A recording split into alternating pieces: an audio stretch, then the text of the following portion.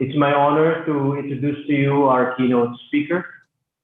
Our keynote speaker is the Assistant Secretary and Acting Head of the Strategy, Economics, and Results Group of the Department of Finance.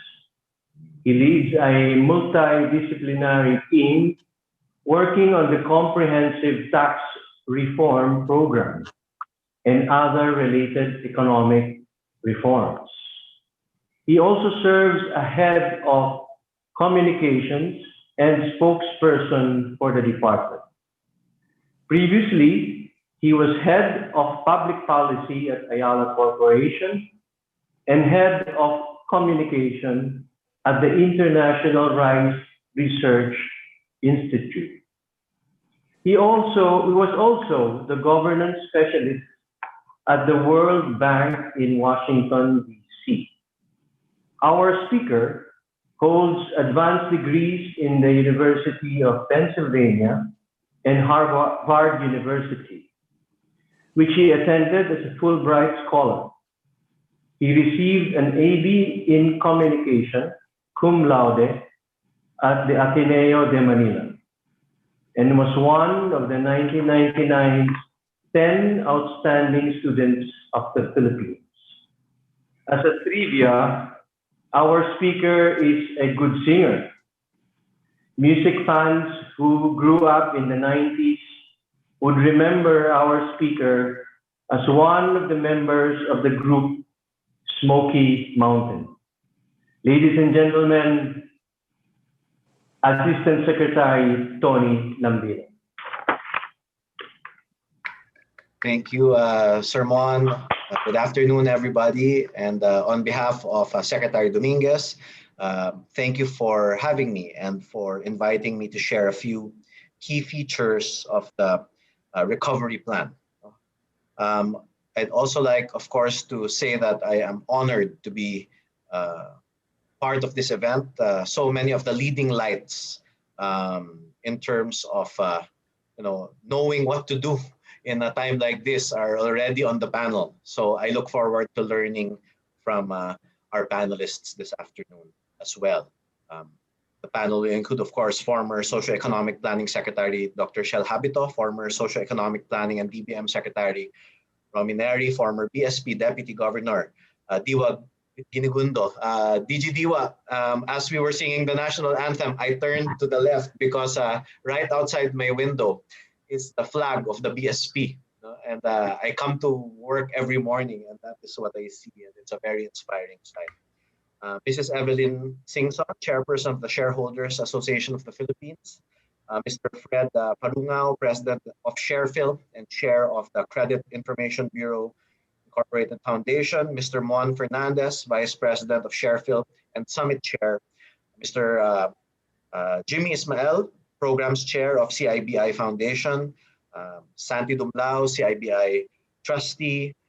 Distinguished guests, ladies and gentlemen, again, a good afternoon to everybody. The Philippines, like most, if not all of the world, is grappling with the COVID-19 pandemic. No one was fully prepared for the impact of this crisis, but the administration did not shirk from its responsibility to protect citizens. We quickly took stock of the situation and responded to it. We were the first country in the ASEAN to impose a lockdown in March to save lives and protect our communities. The 9% GDP contraction in the first semester of this year is a consequence of the lockdowns imposed in some parts of the country, again, to save lives and protect communities. While costly, these lockdowns were necessary. Without the lockdown, the infection rate would have been much higher, overwhelming our hospitals and isolation facilities. The lockdown enabled us to reinforce our healthcare system to save lives. These measures helped prevent an estimated 1.3 to 3.5 million infections, according to university-based researchers working with the IATF. Here now, can you see me? The latest data suggests that over 1% a little over 1% of all COVID-19 cases in the country are severe or critical. Our mortality ratio, on the other hand, is at 2.9 people per 100,000 population. The UK and Spain are at around 62, Sweden at 57, and the United States at 54 people per 100,000. Despite not having the largest stimulus package, and even with one of the strictest lockdowns in the world, the Philippines performed better than some economies owing to its fiscal strengths. This is not the usual economic crisis where a larger stimulus package translates into a milder recession. Some economies retreated significantly despite massive stimulus packages. While we sustained a deep economic contraction in the first semester of the year, our challenges are not unique. Among our credit rating peers, first semester numbers show estimated contractions of 10.6% in Mexico, 8.9% in Italy, 8.2% in Portugal, and 1.2% in Indonesia. We are not alone in our struggles, although we remain confident that the fiscal and macroeconomic strengths with which we entered 2020 will continue to provide us with solid footing as we confront our economic challenges. Last year, we brought down our debt to GDP ratio to a historic low at 39.6%. With bold tax reform measures and improved tax administration, our revenue effort rose to 16.1% of GDP, the highest in 2 decades. Despite the delayed passage of last year's national budget, we managed to increase our infrastructure investments to 5.4% of GDP, or double the average infrastructure spending to GDP for the past 50 years. Under the rice tariffication regime, inflation has remained predictable, averaging 3% from 2016 to 2019. For the month of July this year, the inflation rate of 2.7% stayed below the midpoint of our target range of 2 to 4%, which reflects stable prices for Filipino families.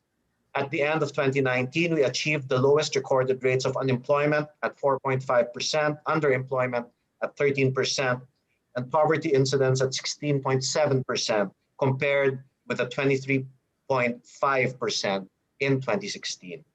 Of course, these numbers have been severely impacted by the pandemic. And next week, we will be seeing the release of the LFS. Our gross international reserves were at an unprecedented level of close to $98 billion in July, sufficient for 8.9 months worth of imports. Our foreign reserves are more than our outstanding external debt, which stood at $81.4 billion as of March of this year.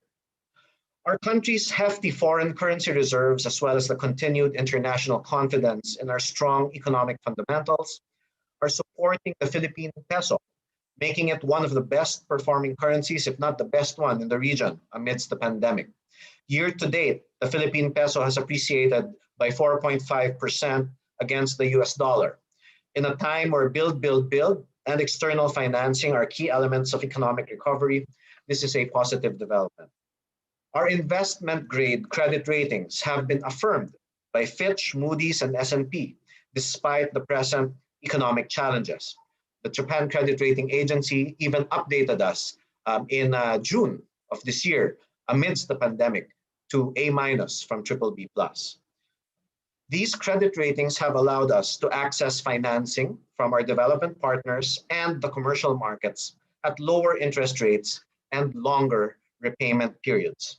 With more affordable financing, we expanded government expenditures in the first semester by 27% compared to last year. Without continued and increased public sector spending, especially on infrastructure, public health, and social protection, our economy would have performed much worse. We estimate that the first semester GDP would have shrunk by 2.5 percentage points more than it did, or a total of 11.5% versus the actual estimate of 9%. We have reason to believe, however, that the worst part of this calamitous episode is now behind us. Signs of recovery are emerging.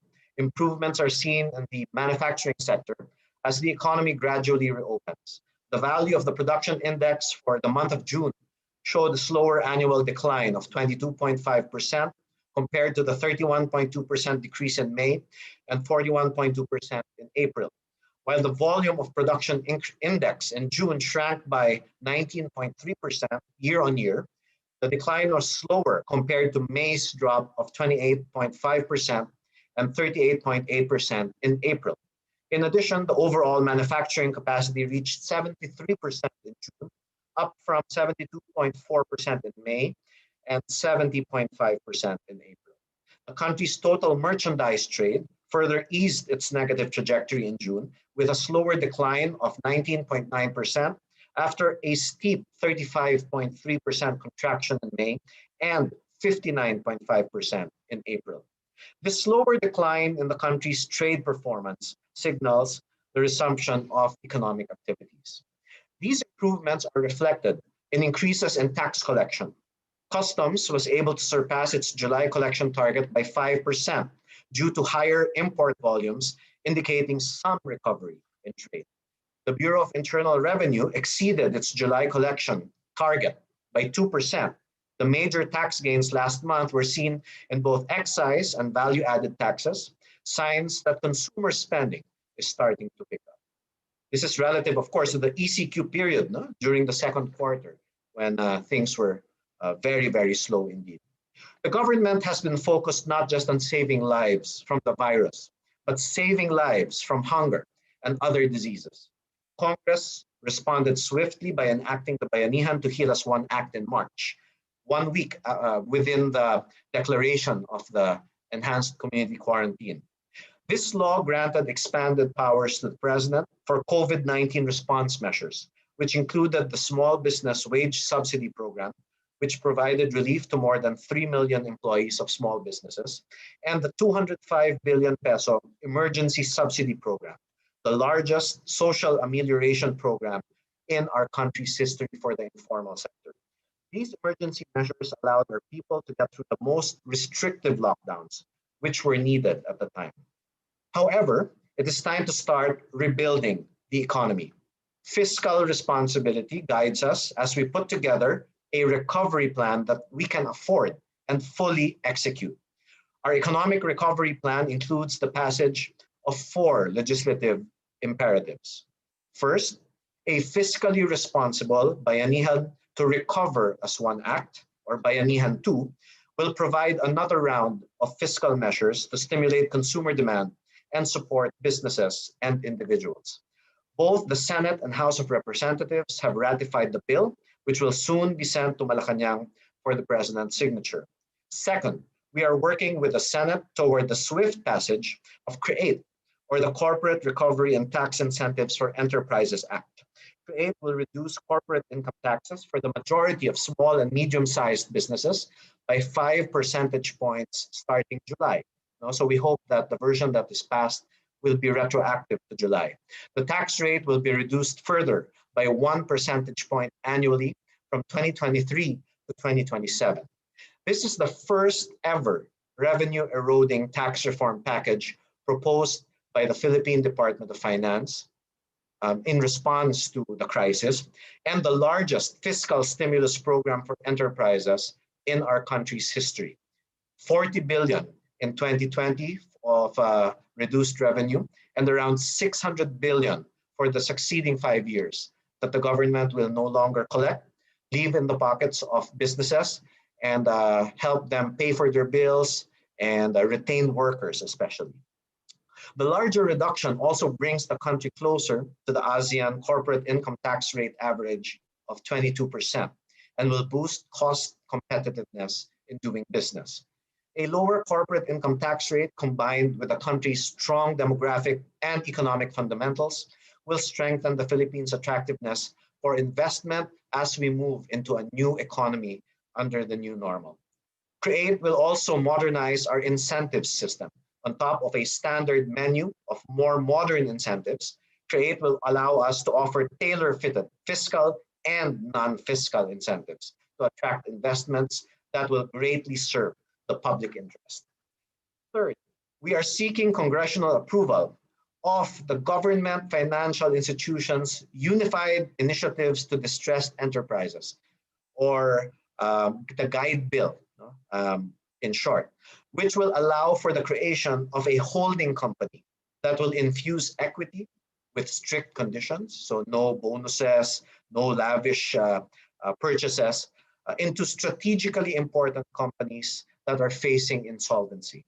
Fourth, through the Financial Institutions Strategic Transfer or FIST Act, we will seek to allow banks to dispose of non-performing loans and assets through asset management companies similar to special purpose vehicles created in the 2000s in response to the Asian financial crisis.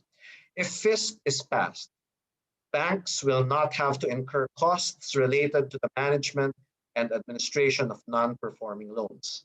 Bank capital will be freed up to expand lending activities. Allow me to provide a few more updates on Bayanihan II. Again, we thank the Senate and the House of Representatives for passing a fiscally responsible Bayanihan II, which provides the President with powers to address the pandemic through budget and procurement flexibility. The bill also authorizes a fiscal stimulus package to strengthen the health sector, provide appropriate cash for work programs, assist affected economic sectors, and infuse capital to government financial institutions or GFIs for them to support productive sectors of the economy. With every peso having a multiplier effect of 8 to 10 times for credit and up to 20 times for guarantees. The ratified version of Bayanihan II satisfies the request of the executive that appropriations should not exceed 140 billion, although the bill retains a 25.5 billion standby fund that can be triggered if additional revenues become available. Bayanihan II provides relief and assistance to Filipino households and businesses through different programs, such as cash subsidies for low-income households and unemployment or involuntary separation assistance for displaced workers, increased credit and guarantee programs for the private sector, especially MSMEs, special risk allowances for healthcare workers, cash assistance to healthcare workers who contract COVID-19 in the line of duty, funds for hiring 50,000 contact tracers, a one-time 60-day grace period for the payment of all existing, current, and outstanding loans falling due on or before December 31, 2020, a minimum 30-day grace period on residential and commercial rents of lessees not permitted to operate during the pandemic, a minimum 30-day grace period for the payment of utility bills due within ECQ or MECQ, condonation of pending payments of interest, penalties, and surcharges for agrarian reform loans with the restructuring of the remaining original principal without interest. Other salient features include the extension of the net operating loss carryover for losses incurred in 2020 and 2021 from 3 to 5 years. So businesses will be able to deduct losses incurred this year and next year from their gross over the 5-year period following the loss. Repeal of the tax on sale, barter, or exchange of shares of stock listed through IPOs, and the suspension of requirements of permits to build telecommunication towers for 3 years. The government is intent on accelerating our investments in infrastructure. The Build, Build, Build program is the cornerstone of our economic recovery, as investments in infrastructure have the highest multiplier effects in the economy. In response to the pandemic, the Build, Build, Build program now includes greater investments in health infrastructure, isolation facilities, and dormitories for our healthcare workers. As we rebuild the economy, we maintain our commitment to bold fiscal and economic reform measures. These include the remaining packages of the Comprehensive Tax Reform Program and other economic bills that will open up the country to more foreign direct investment, such as amendments to the Foreign Investment Act, the Retail Trade Liberalization Act, and the Public Service Act. These reforms intend to boost the country's push to be a more investment-driven economy, providing more opportunities for retail investors like the members of SharePHIL. Create will boost after-tax corporate income, leaving more funds for job creation and firm expansion, which will boost shareholder returns. PFITA, or Package 4 of the tax reform program, will reduce friction costs in financial transactions. Investment liberalization laws will allow more foreign equity into the country, expanding the market for Philippine stocks, boosting demand for equities, and potentially increasing market capitalization. With the issuance of the regulations for the REIT law earlier this year, the range of asset types available for shareholders has broadened. We will redouble our efforts to protect our economic gains over the past 3 years and from previous decades. We will prepare our economy for a strong recovery, strengthen our resilience, and solidify our return to the path of inclusive growth. The global economy is going through a long, dark tunnel. I assure you that we intend to be among the first to emerge on the other side. Thank you very much, and good afternoon again.